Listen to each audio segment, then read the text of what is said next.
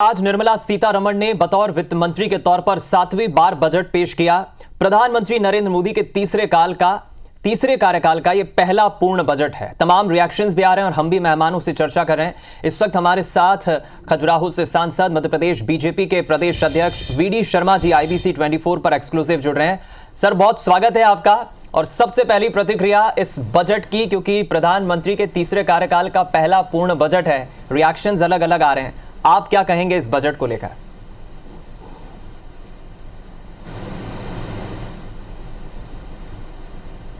नेतृत्व में हमारी वित्त मंत्री श्रीमती निर्मला सीतारमण जी ने जो बजट प्रस्तुत किया, ये बजट देश के विकास को ऊंचाइयों पर ले जाने का बजट है।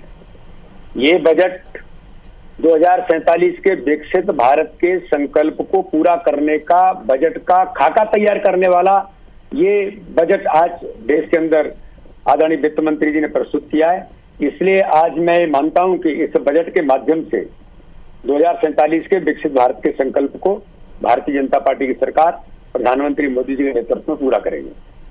वीडी शर्मा जी, एक चीज जो मैं सुबह से देख रहा हूं, जब बजट पेश नहीं हुआ था, विपक्षी पार्टियों के रिएक्शन सुबह से आना शुरू हो गए थे। अखिलेश यादव हो, तमाम पॉलिटिकल पार्टीज के नेता हो, कमियां क्या रह सकती है, खामियां क्या रह सकती है, इस पर वो चर्चा कर रहे थे। अब बजट तो आ गया है। अब कई सियासी रणनीतिकार और पॉलिटिकल मेहमान ये कह रहे हैं कि ये पॉलिटिकल बजट है। एनडीए के सहयोग से आपकी ये सरकार बनी है, जिसमें आंध्र प्रदेश और बिहार को लेकर इसमें एक स्पेशल खाका भी दिख रहा है।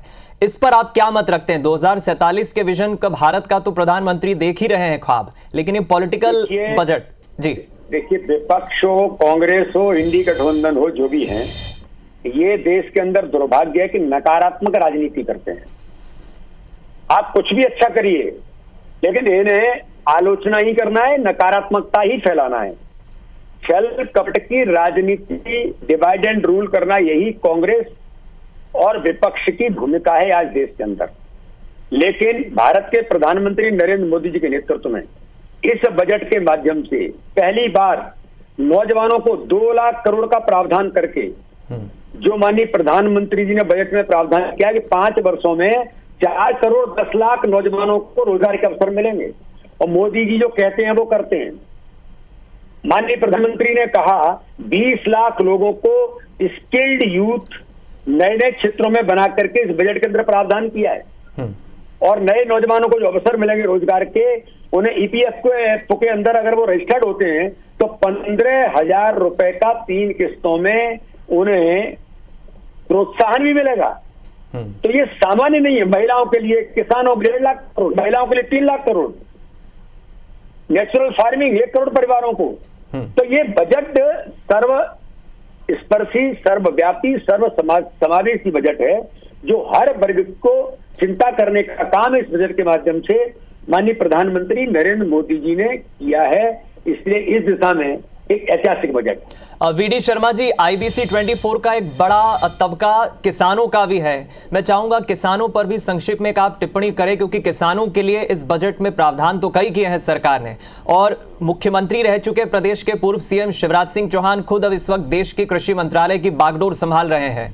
कृषि कर्मण पुरस्कार बतौर मुख्यमंत्री रहते उन्हें कई बार मिले हैं। किसानों को काफी उम्मीद है। पूरे देश का कृषि मंत्रालय अब शिवराज सिंह चौहान संभाल रहे हैं। तो इस बजट में किसानों के लिए आप कैसे देख रहे हैं प्रावधान? देखिए, इसमें मैं ऐसा मानता हूं कि किसानों के लिए माननीय प्रधानमंत्री नरेंद्र मोदी जी ने, जो मैंने कहा कि 1,53,000 करोड़ का प्रावधान किसानों के लिए इस बजट के माध्यम से किया है।